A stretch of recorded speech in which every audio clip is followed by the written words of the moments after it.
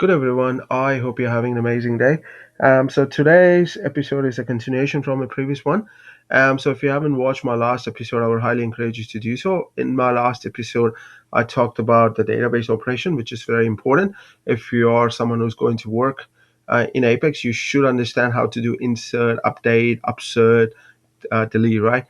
So today we're going to talk about a method that's called database.insert or database.update, and I will show you how the error handling works and why it is important and how to do a partial commit. So that's pretty much I'm going to talk about today. So the first thing first, you need to have an org if you haven't done so. So I logged into my org. Okay, so let's jump into developer console. To go to developer console, you have to go to the scarecrow icon on the top right hand corner and then go to developer console. So you go to developer console here, and what we're going to do, I'm going to execute anonymous window. So I will show you the problem what we're going to have. Okay, so let me create a contact here. So we have a contact C. Let's say C1 equals to new contact. Okay, and so as you know that in contact the last name is mandatory field. So you're going to do C dot last name equals to say dummy name. Okay, and then we, as usual, uh, if you remember in my last episode, I talked about how to do a bulk insert, or or in other words, the bulkification of the code. So that's pretty much what I want to do today as well.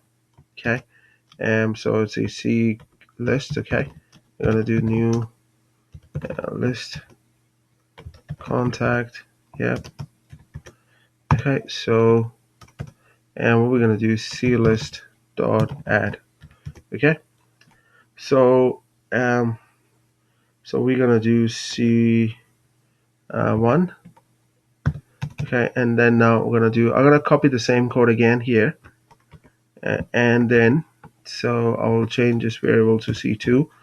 And in this scenario, I'm just creating it and not adding any value to the last name. In other words, I wanted to fail this operation, the second one. Okay, so I will explain to you in a minute what I'm trying to do. So okay, so this is what we did last time, right? If you haven't watched it, I would highly encourage you to do so. Please do not watch this if you haven't watched the other episode and if you are not familiar with how to do an insert update operation, right? Because I won't be explaining that today, I'm afraid. So if you remember that, I've talked about insert a collection, so that's how you insert it. If you have 10 records that needs to be inserted, so you do something like this, right? Pretty straightforward. So in my scenario, what I wanted to do, I want to fail this operation. Okay, so it will fail because if you remember, if you know how the contact works, right? In a contact object, the last name is a mandatory field. Okay, you can't create a contact object without assigning a value to last name. Okay, so that's the minimum field you have to populate. Okay, so in the first scenario, right, line number 3 to 5, I'm doing correctly because I've created a contact object of type with a variable name C1. Okay, and then I've populated the last name and I'm adding this to a collection. Okay, that's pretty straightforward. In my second scenario, right, from the line number 7 to 8, I'm creating a contact object C2. Okay, that's great, but I'm not assigning any value to the last name. Instead, I'm just directly dumping C2 to the collection. Okay, and then line number 10, I'm inserting it. Okay, let's see what happens. Um,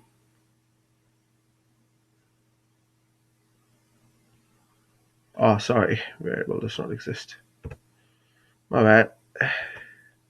Okay, so you got this exception, right? It means that exception on the row required field missing last name. Okay, so which makes total sense. Okay, but in whatever scenario, right? So let's say you have a requirement, right? You do not want you still want the line number 3 to 5 to work. Okay, you want a dummy name to be created.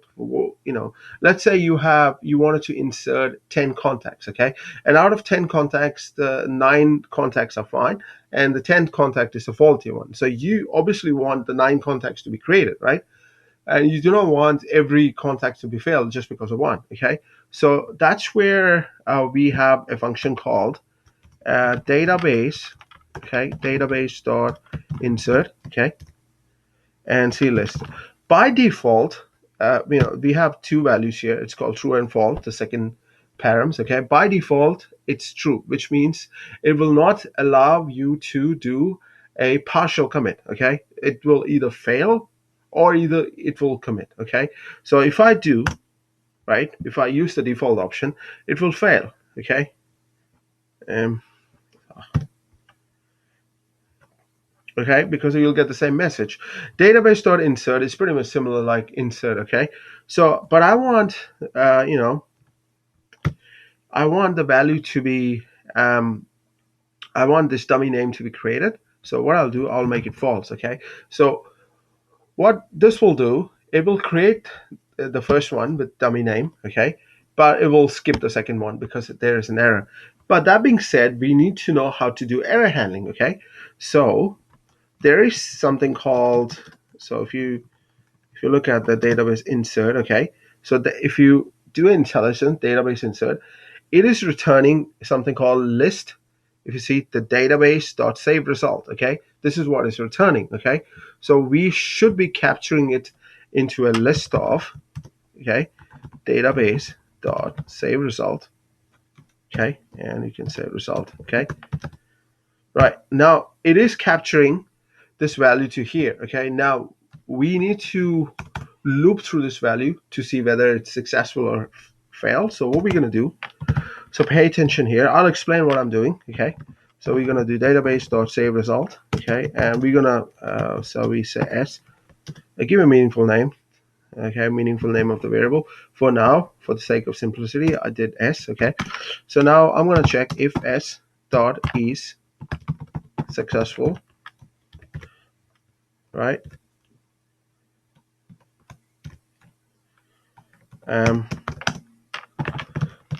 I will explain to you. Let me finish it, okay. And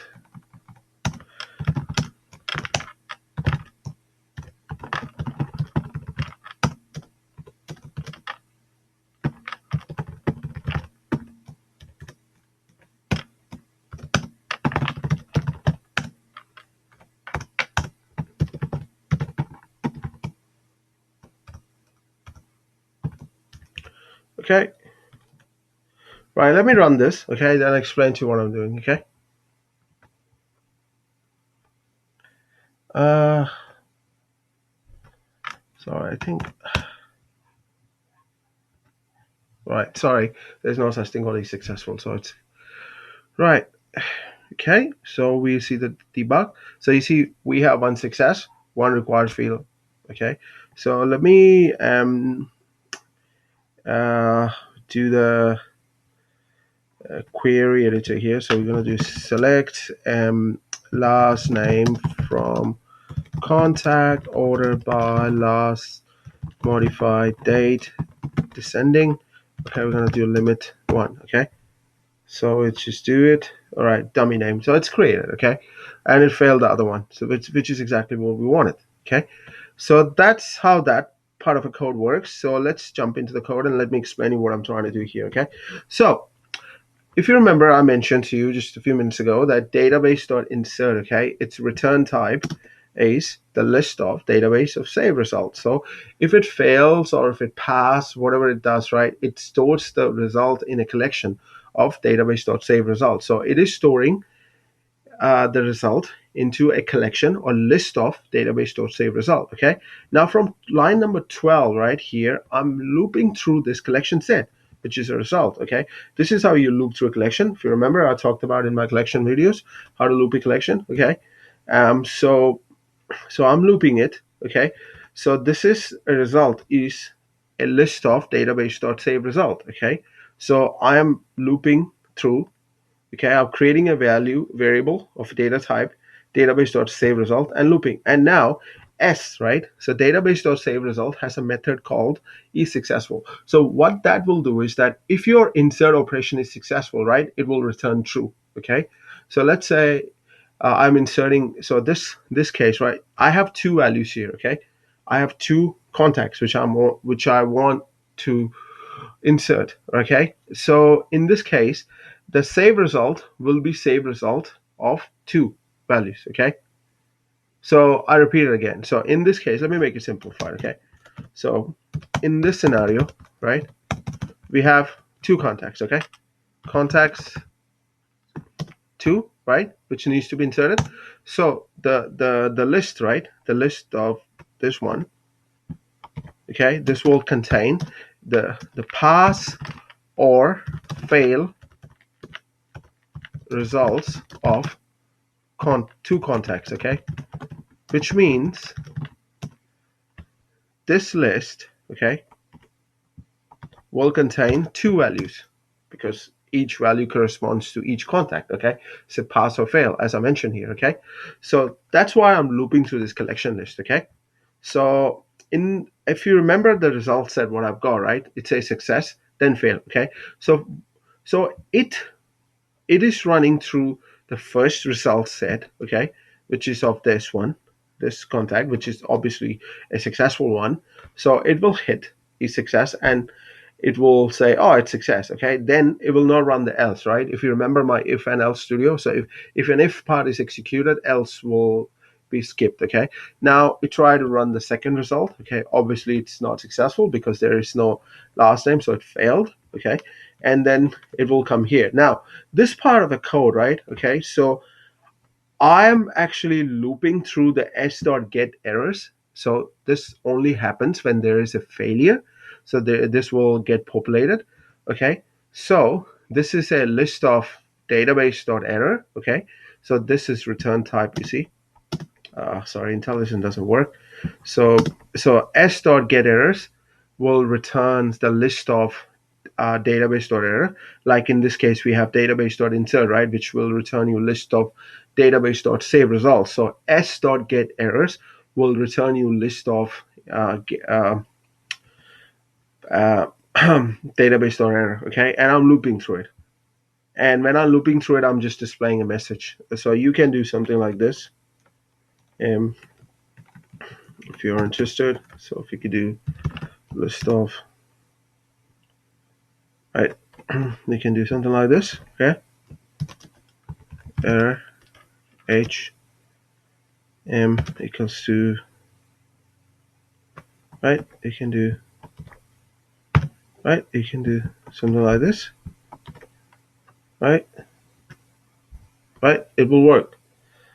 So because this is similar like what we did here, right, line number 17 and line number 27 are pretty much similar. Okay, so this is pretty much what I'm trying to do. So because it returns the list of this database.error, so and I'm looping through it to generate the error message. Okay, so this is how the database.insert works if you wanted to do a partial commit or full commit. Okay, I mean, it depends upon your requirement again, and sometimes you want either everything to be committed at the same time, or you want everything to be rolled back at the same time. Okay, so in my current scenario, I'm not rolling back every commit. Okay, I'm only rolling back which has failed. Okay, the data which has not met our requirement.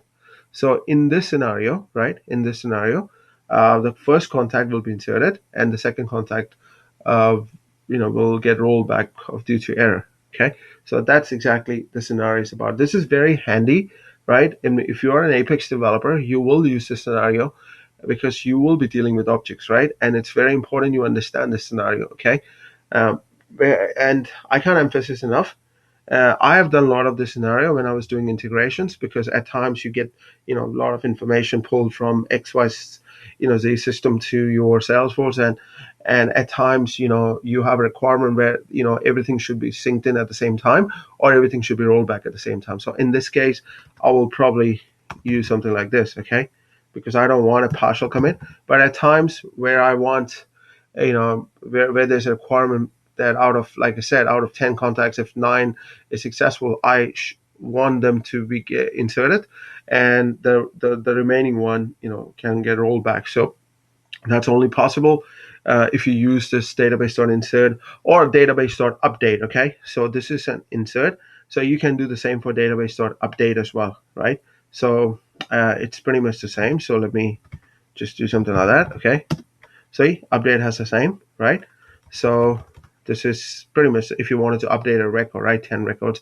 So for instance, if you're trying to update 5 records, right, out of which four did manage to get updated successfully, but the fifth one failed. So if you're doing a partial update, so it will update the four and it will skip the fifth one, right? Rather than rolling back everything. Okay, so that's pretty much about the partial commit or partial update, right? This is very important topic. I would highly encourage you to read about it. If you're not 100% sure, or if you have any questions about it, please do not hesitate to contact me. Right, I'm here to help you guys. Right, so please don't feel shy, or please don't think that this sounds like a stupid question. There is no such thing called silly questions, right, or stupid question. I would highly encourage you guys to ask question if you have any doubt, right? Because that's the way you learn. Because in my opinion, that's the best way to learn, by asking questions, right? Please do not, feel shy asking questions. I was at one stage in my career that I used to feel shy, but then I realized that I'm missing out by, being shy. You have to reach out to, people to ask questions, right? I'm just saying. If you have any questions, you're most welcome to reach out to me anytime. Right, so that's pretty much what I wanted to talk about today. So I hope you enjoy this today's topic. If you have any more comments about, if you wanted to see more information about the top of this topic, please let me know. Okay, I will try to cover more stuff on this. Okay, that being said, greetings and adios. Take care.